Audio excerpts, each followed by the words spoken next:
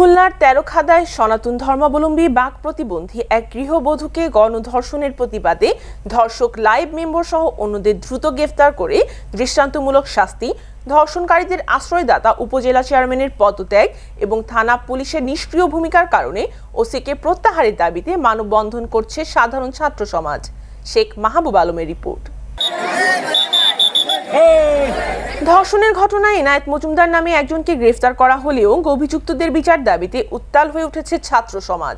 এই ঘটনার প্রতিবাদে রবিবার সকাল 10টায় তেরখাদা সুপার মার্কেটের সামনে বিক্ষোভ শুরু করেছেন শিক্ষার্থীরা। উপজেলার স্কুল, কলেজ, মাদ্রাসা ও দেশের বিভিন্ন বিশ্ববিদ্যালয়ের শিক্ষার্থী সহ জনসাধারণ তেরখাদা খুলনা সংলগ্ন সড়কে মানববন্ধন করেন।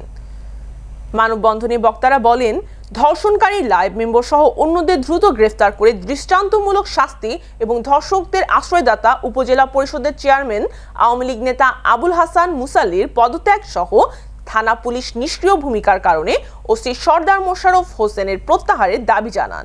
আমরা ছাত্র সমাজ ওসি সাহেব এবং সকল প্রশাসনকে আহ্বান করতে চাই, আমরা এই দেশে আর অন্যায়, জুলুম, ধর্ষণ, গুম, খুন, অত্যাচার দেখতে চাই না।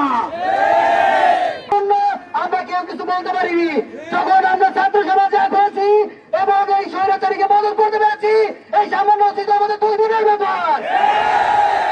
উল্লেখ্য, গত 2রা আগস্ট তেরখাদা উপজেলার অর্জুনা বলরধানা এলাকার সনাতন ধর্মাবলম্বী বাক প্রতিবন্ধী এক গৃহবধূ গণধর্ষণের শিকার হন।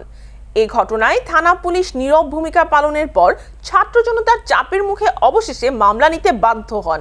গত 15 আগস্ট ভিকটিমের পিতা বাদী হয়ে বলরধানা গ্রামের মৃত ফুল মিয়া শেখের পুত্র ইউপি সদস্য লাইভ শেখকে প্রধান আসামি করে অজ্ঞাত 3-4 জনের বিরুদ্ধে মামলা দায়ের করেন।